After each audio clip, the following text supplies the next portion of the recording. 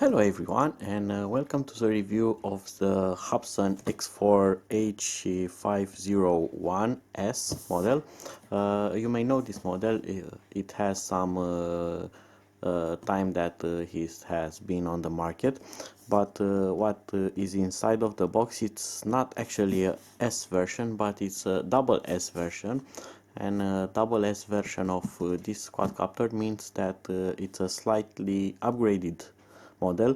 There are a lot of opinions about its upgrade, but what I know for sure is that it has a revised electronics board, so it has some improvements over the regular S version, although inside the box it's a SS version.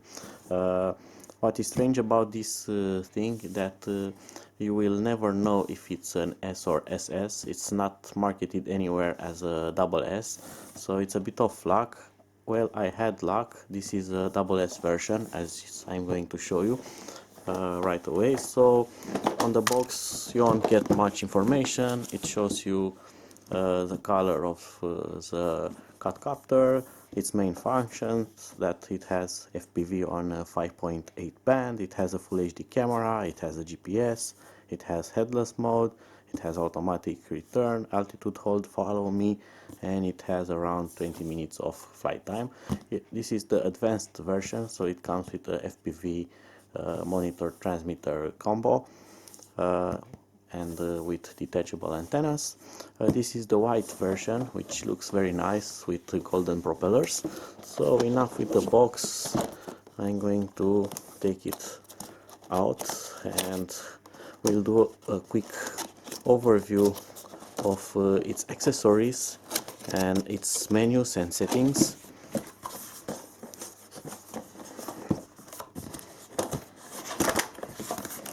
The box is pretty nicely thing. It has some kind of handles that allows you to pull the contents out. So this is just cardboard, but here comes the controller.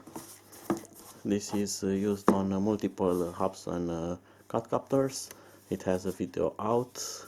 This works on some transmitters, on others it does not. This is analog video output. You can connect it with some kind of goggles or another monitor. A USB port for upgrading the firmware. Here you can connect the antennas, the control antenna and the FPV antenna. Here you can select modes such as GPS, follow me, return to home. It has menu buttons here, we'll look over those. And these two buttons work on other quadcopters such as the H50109, which is the larger quadcopter. You can control the gimbal from them. So this is kind of universal controller for almost all Hubsan quadcopters. Right, so let's see what else we get in the box. Of course, there should be some quadcopter inside as well.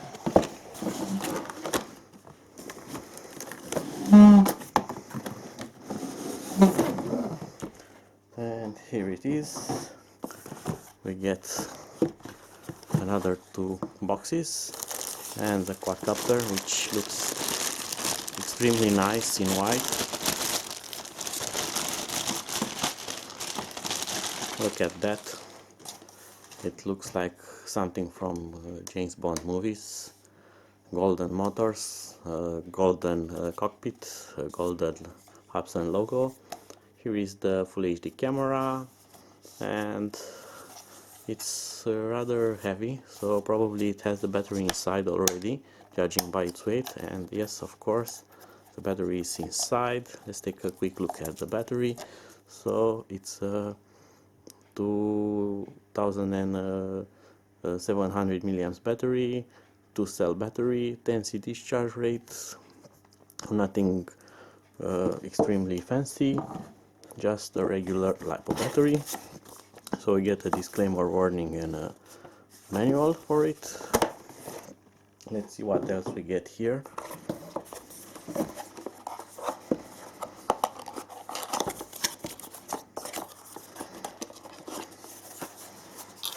And this is the FPV receiving antenna, the transmitter control 2.4 antenna, a balance charger, looks kind of nice, Hubsan logo on it. So this has an output of course 8.4 volts, which is two cells that are 100% full and 1200 milliamps. So judging by the capacity of the battery and output current, the battery will charge in about 2.5 hours, maybe 3 hours, depending on how well it charges during the last stage of balancing. So not a very fast charger, but looks like a decent charger and comes with a outlet adapter. By the way, this is the European version of the quadcopter. You can order it from a European warehouse. It comes with a European type charger, but of course you can order it with US plug if that is better for you. So that box is done. Let's see what we get in this box here.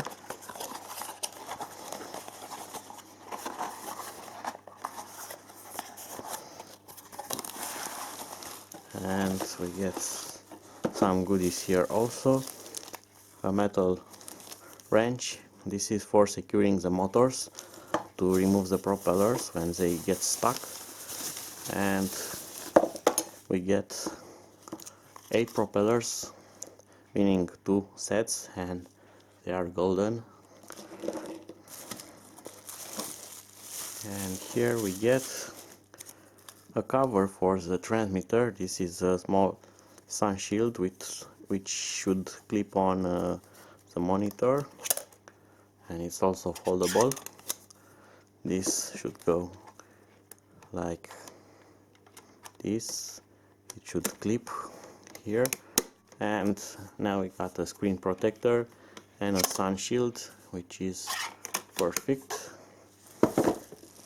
And this is a ND filter.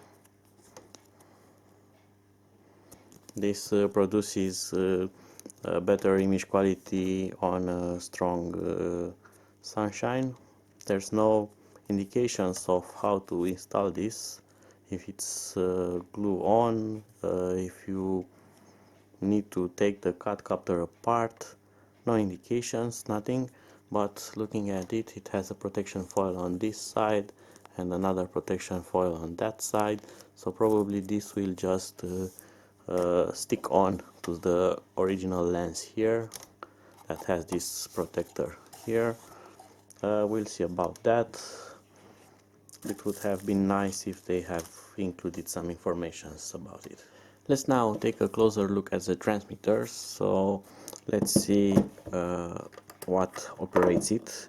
You may already know that, but I'm going to open it anyway for users that don't have this quadcopter and want to see. So the transmitter comes with a adapter for 8 AA batteries, but this is also removable. It has a JST plug, and this transmitter will work with LiPo batteries.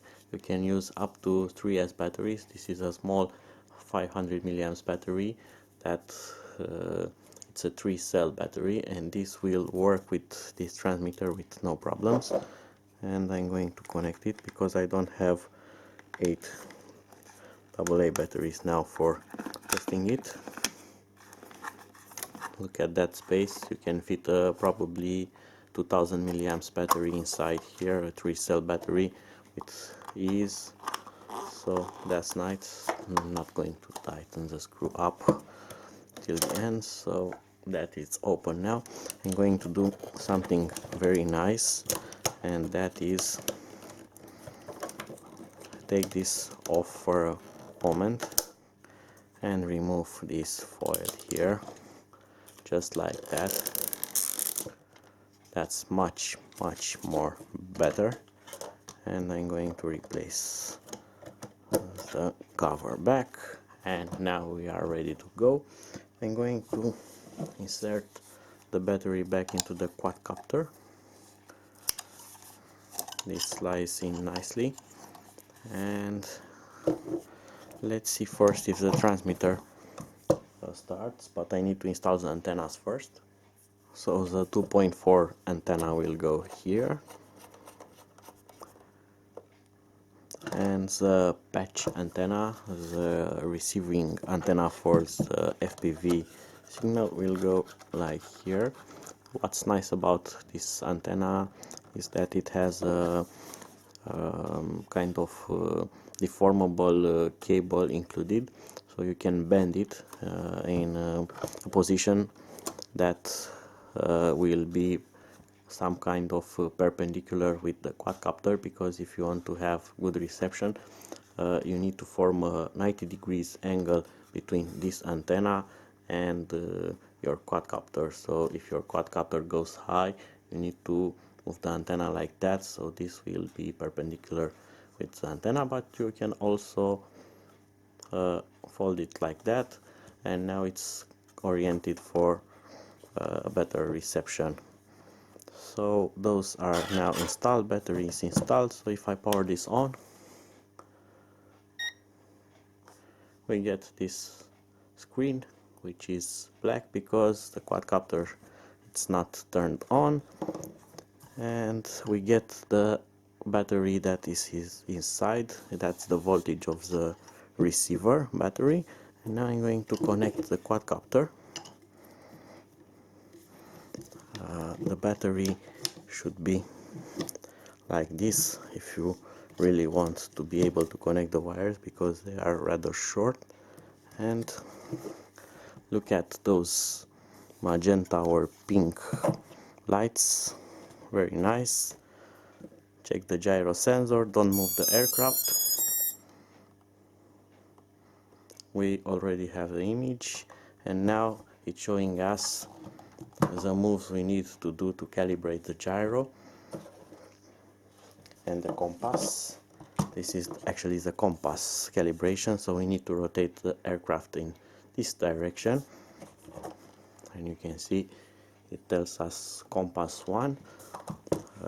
You need to do this away from any kind of metal objects, concrete, cars, keys, phones, and so on. I'm just going to do this for example. I'm indoors, so never do this indoor, because that's going to be a bad calibration and it will end up in a crash for your quadcopter. And now I have blinking green lights, and you can see it shows us sides lights, so that means that it's compass 2. It needs to be face down and again rotated until they get steady. And that was it. So the controller is beeping because the GPS signal is not available indoor, and that's a warning. So let's see if we can turn this off. So I'm going to enter the menu by keeping the menu button pressed, and down switch, and that's the menu. And we have up, down, and exit. Let's see what we get here. Sensitive, manual mode, let's turn it on. Expert mode, it's yes. Stick mode 2. Frequency, fly when no GPS, yes. And let's see version. So there we have software version. You can see it's a 501SS version, and that's the firmware version. Alright, so let's see if I get out of the menu. It will still beep that I don't have GPS, but now probably I can arm the motors, and yes, I can arm the motors, and also I can turn them off. Video is very nice, doesn't seem to have a noticeable kind of lag. It simply works without too much delay, and that is because it's analog FPV, it's not digital FPV, it's not Wi-Fi FPV, it's plain all 5.8 gigahertz, which is very nice. So I'm going to turn this off because it kind of being annoying by beeping continuously. And let's take a closer look on the quadcopter itself. You can see it has very nice, very bright LEDs. The camera some kind of adjusts the light so you won't see them flash very well, but they are really powerful. And here on this side you are going to insert a micro SD card, which doesn't seem to be included, so you need to provide your own, and that is for the camera to be able to record. The camera is controlled by using this menu button here. You can take photos or record video. That is written in the manual. If you buy this quadcopter, you'll get the manual, so I'm not going to bore you to death with showing you step by step how to record the video, because this is more of a presentation and part one of review. And soon I'm going to continue with part 2, which is maiden flight, some tests with it, and I'm also planning of adding a second camera to it, just for fun, and to compare the onboard camera with some other kinds of cameras that are maybe better or maybe worse. We'll see about that. So until next time, bye bye.